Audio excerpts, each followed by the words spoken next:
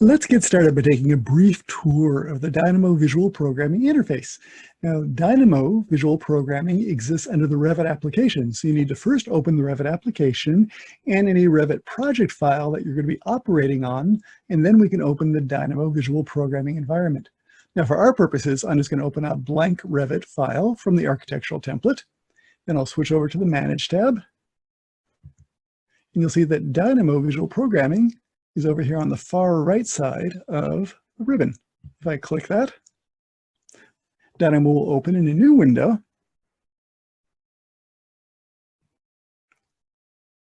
And in the Dynamo window, we'll have the choice of either creating a brand new, what they call a Dynamo graph, that's the visual programming that we'll put together, or we can open an existing one. For this tour, let's just create a brand new graph. And here's the main Dynamo window. Now, the main Dynamo window has several different parts you need to know about.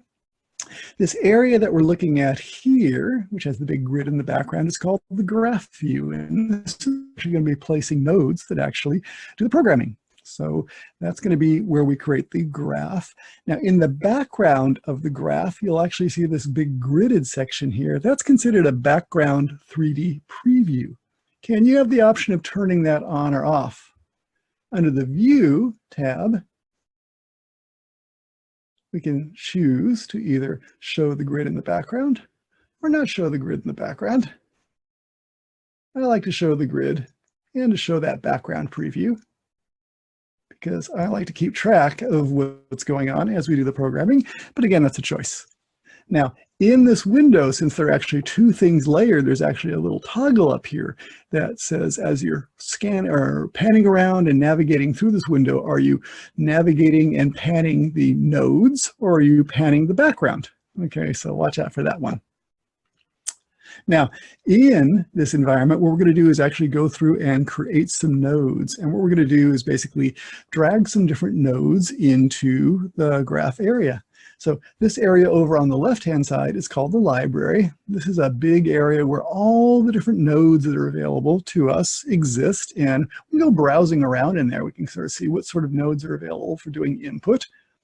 So for example, we have some basic ones for integer sliders, numbers, things like that. Okay, and we can basically, if we want to go through and create a number, just choose that. And there is the node showing up. We can then go ahead and type in the number. Oh, that's going to be the number 5.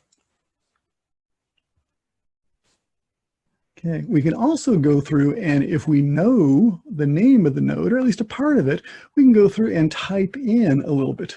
For example, if we type in the search box over here, and we type in the word integer, you'll see here are the different things, the different nodes that are related to integers. And if I want maybe an integer slider, I'll click there.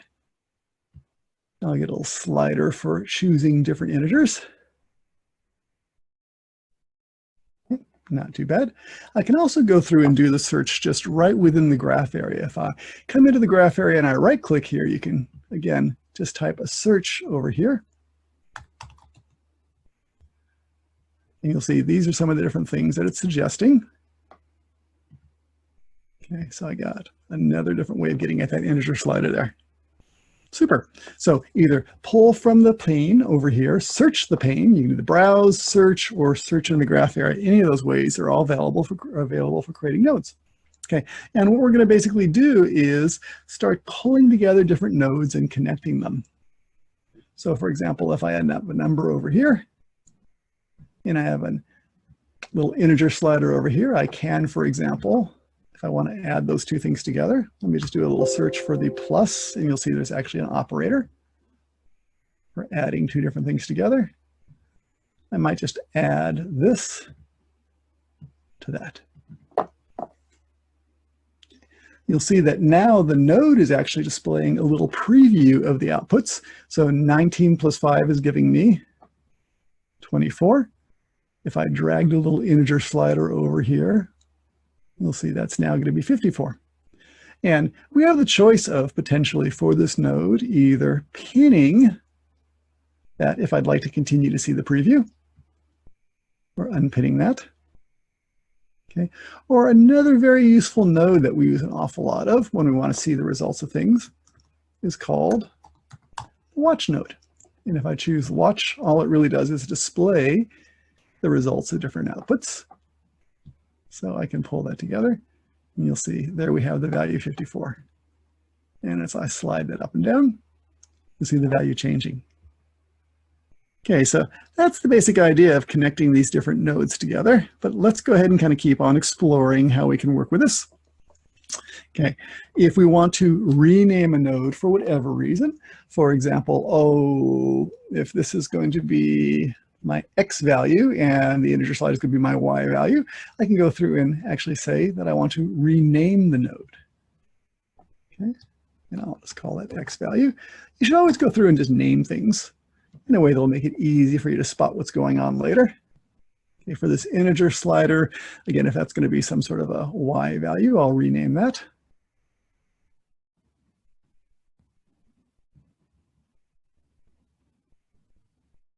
There it is. Say Y value. Super, that's looking good.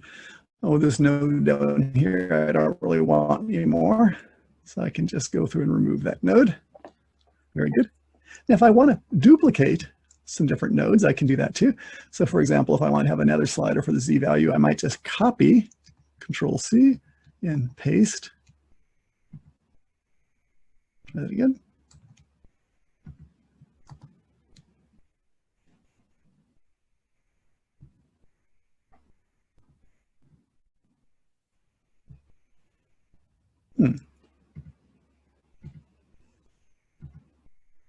Copy.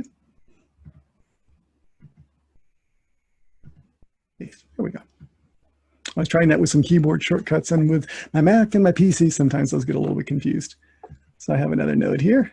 I can go through and rename that now as my Z value.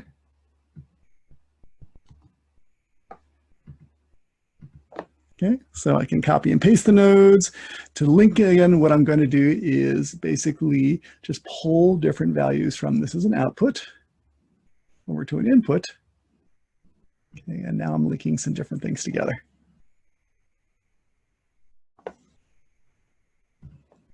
Okay, now as you're working with nodes, for example, let me grab all these different nodes and I will copy those. Then I'll come over here and I'll try pasting them.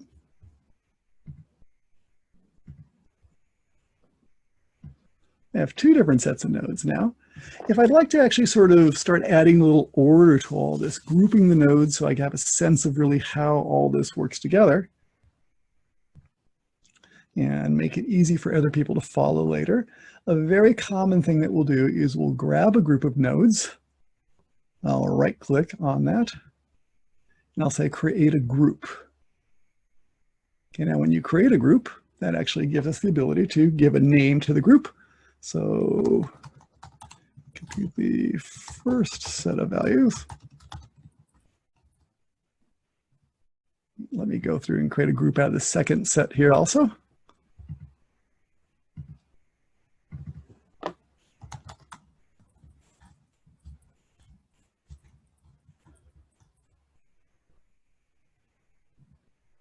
Now for this two different sets over here, if I want to distinguish them visually, I might give them slightly different colors. But the nice thing about groups is we have the ability to move things around and kind of treat them as groups.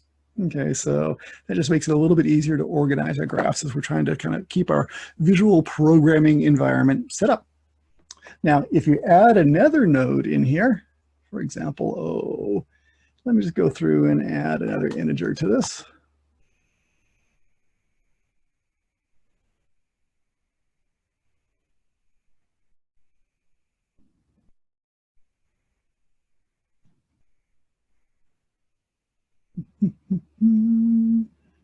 Got my sliders over here, some conversions to integers. And I'll just add an integer slider in here. Okay, if I'd like to add that into a group, what I'll do is I can choose the group, choose that additional node, and say that I want to add it to the group. It'll expand the group to include that. Similarly, if I want to get rid of something, I can just choose something within a group and say that I would like to remove it from the group. Okay, and then it's no longer part of that group. It's separate at that point. Okay, so you have a lot of different sort of options for going through and kind of working with nodes, just kind of make it easy to kind of organize your visual graphs. Let me remove that one in there. One last thing I want to sort of talk about as we go through and kind of consider the environment itself is this very important button which appears down here at the bottom, and right now it's set to automatic. I can set that to manual also. And if I set it to manual, then I have a run button.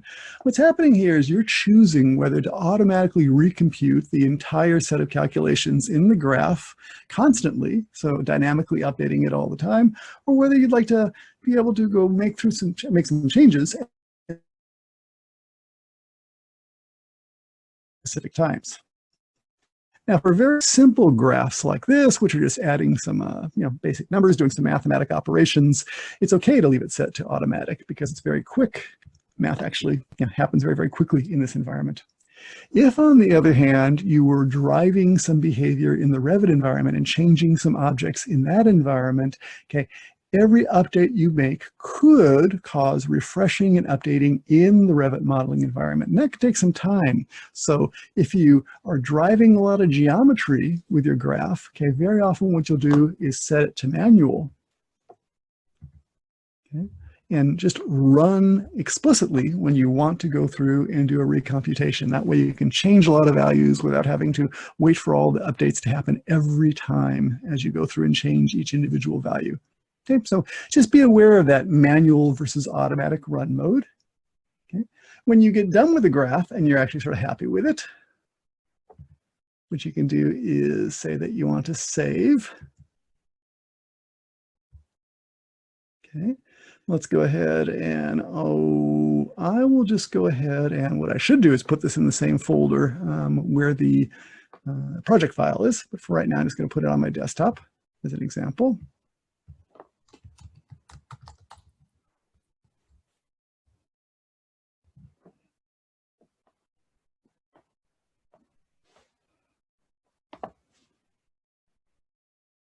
Save that away, and what it's going to go through and do is create is something called a Dynamo graph file. Okay, so super. Let me close that on up. I can now go back and open that graph file when I want to recreate my work.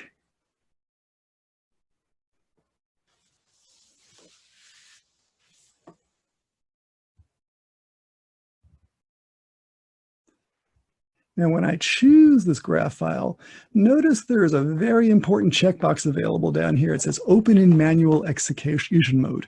Okay, that's very important if you have a very big graph file, it's going to drive a lot of behavior, and maybe you're debugging things and things aren't working quite right. If you, rather than have it launch automatically, if you left it set in automatic mode, you'd like to open in manual mode, okay, so that it doesn't automatically try to do the execution and maybe crash again. Just open in manual mode. And what's going to happen is it'll open in manual mode. You can change that to automatic when you want to.